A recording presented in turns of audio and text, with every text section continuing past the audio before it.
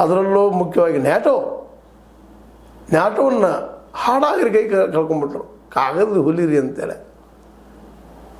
Ukraine ಯುದ್ಧದ ಜೊತೆ ಇದ್ದ ಸಂದರ್ಭದಲ್ಲೇ ನಮ್ಮಿಂದ ಉಳಿತಪ್ಪ ನಿಮ್ಮದು ಯುರೋಪ್ ಅನ್ನುವಂಥ ಮಾತಾಡಿದರು.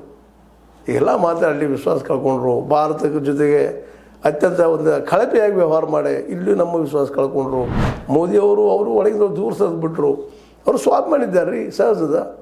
ಹೀಗಾಗಿ ವಿಶ್ವದಲ್ಲಿ ಇವತ್ತು ಅಮೇರಿಕ ಏಕಾಂಗಿಯಾಗಿ ನಿಂತಿದ್ದರಿಂದಾಗಿ ಇದು ಒಪ್ಪಂದಕ್ಕೆ ಬರುವಂಥ, ಇಸ್ಲಾಮಾಬಾದ್ ಒಪ್ಪಂದಕ್ಕೆ ಬರುವಂಥ ಅನಿವಾರ್ಯತೆ ಇವತ್ತು ಬಂದು ನಿಂತುಬಿಟ್ಟದು. ಒಂದು ಸಣ್ಣ ದೇಶ ಅಮೇರಿಕ, ಅದು ಮುಂದೆ ಪಾಕಿಸ್ತಾನ ನೆಲದಲ್ಲಿ ಬಂದು ತನ್ನ ಅಗ್ರಿಮೆಂಟ್ಗಳನ್ನು ಒಪ್ಕೊಳ್ಳುವಂಥ ಪ್ರಸಂಗ, ಒಪ್ಪಂದ ಮಾಡ್ಕೊಳ್ಳುವಂಥ ಪ್ರಸಂಗ ಬಂದಿದ್ದ ಐತಿಹಾಸಿಕ ಒಂದು ಏನಪ್ಪ ಅಂದ್ರೆ ಅಮೇರಿಕಾದ ಇತಿಹಾಸದಲ್ಲೇ ಒಂದು ಭಯಂಕರ ತಳಮಟ್ಟಕ್ಕೆ ನಿಂತಂಥ ಸಮಯ ಅಂತ ಹೇಳಬೇಕಾಗಿದೆ. ಯಾಕಂದರೆ ಇಡೀ ವಿಶ್ವವನ್ನು ತನ್ನ ಕೈಯಲ್ಲಿ ಇಟ್ಕೊಂಡು ಆಳ್ತಾ ಇದ್ದಂಥ ಅಮೇರಿಕ ಇವತ್ತು ತಾನ ಒಂದು ಯಾವುದೋ ಮಾಡಿ ತಪ್ಪಿಗೆ ಟ್ರಂಪ್ ಮಾಡಿದ ತಪ್ಪುಗಳ ತಪ್ಪು ನಡೆಯಿಂದಾಗಿ ಇವತ್ತು ಅಮೇರಿಕ ತನ್ನ ಅನೇಕ ಗೆಳೆತನ ಕಳ್ಕೊಳ್ಳುವಂಥ ಪ್ರಸಂಗ ಬಂತು.